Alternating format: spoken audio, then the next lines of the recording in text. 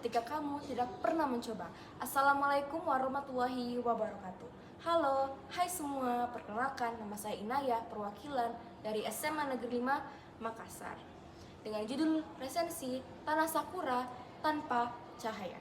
Salam literasi. Buku karya Joy Lee Sian ini diterbitkan pada tahun 2019 dengan ketebalan buku 132 halaman dan penerbitnya adalah Buana Ilmu Populer, yang dimana buku ini terdiri atas 8 bab yang setiap babnya memiliki cerita yang berbeda.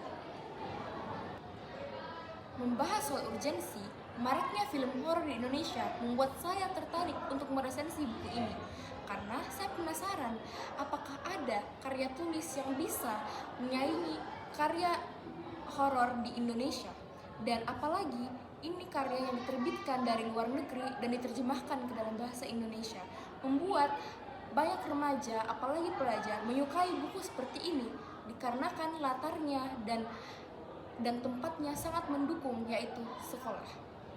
Ini buku menceritakan tentang apa, Naya?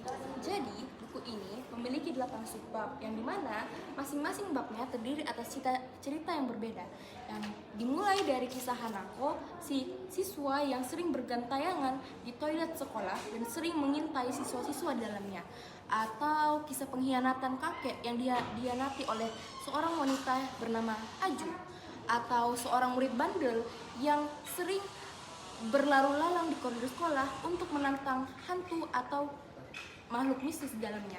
Atau bisa jadi kita juga membahas tentang seorang pemilik salon yang mendatangi salonnya jam 12 malam dan melihat sosok tak kasat mata di cermin salonnya. Kurang lebih seperti itu. Oh, begitu. Baru tahu. Mari kita analisis unsur intrinsik pada buku ini. Yang pertama, tema dari buku ini yaitu horror urban legend dan horror remaja. Yang kedua yaitu alur pada buku ini yaitu maju dan mundur, yaitu campuran. Yang ketiga, karakter dari buku ini ada sekitar 30 lebih dari total 8 cerita yang ada. Yang keempat, latar dari buku ini. Yang pertama, latar tempat yaitu di sekolah. Yang kedua, latar waktu yaitu masa lalu, dan yang ketiga latar suasana yaitu horor, mencekam, dan menegangkan. Yang kelima, gaya bahasa dari buku ini yaitu sederhana, formal, deskriptif, dan juga naratif.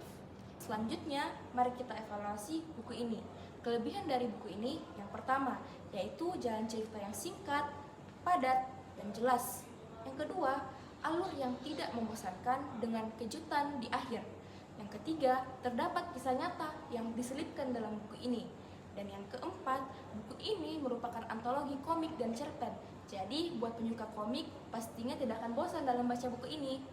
Nah, setelah dari kelebihan, pasti punya kekurangan dong.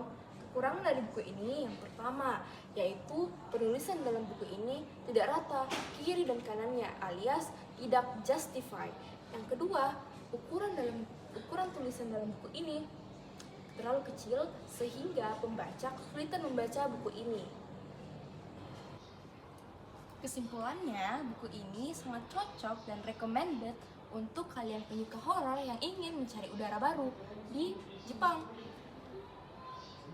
Nah, bagaimana teman-teman tentang buku ini? Sudah tertarik untuk membelinya? Namun, sebelum mengakhiri video, saya akan berpantun terlebih dahulu. Buku tebal sampulnya biru, dibaca santai pagi hari.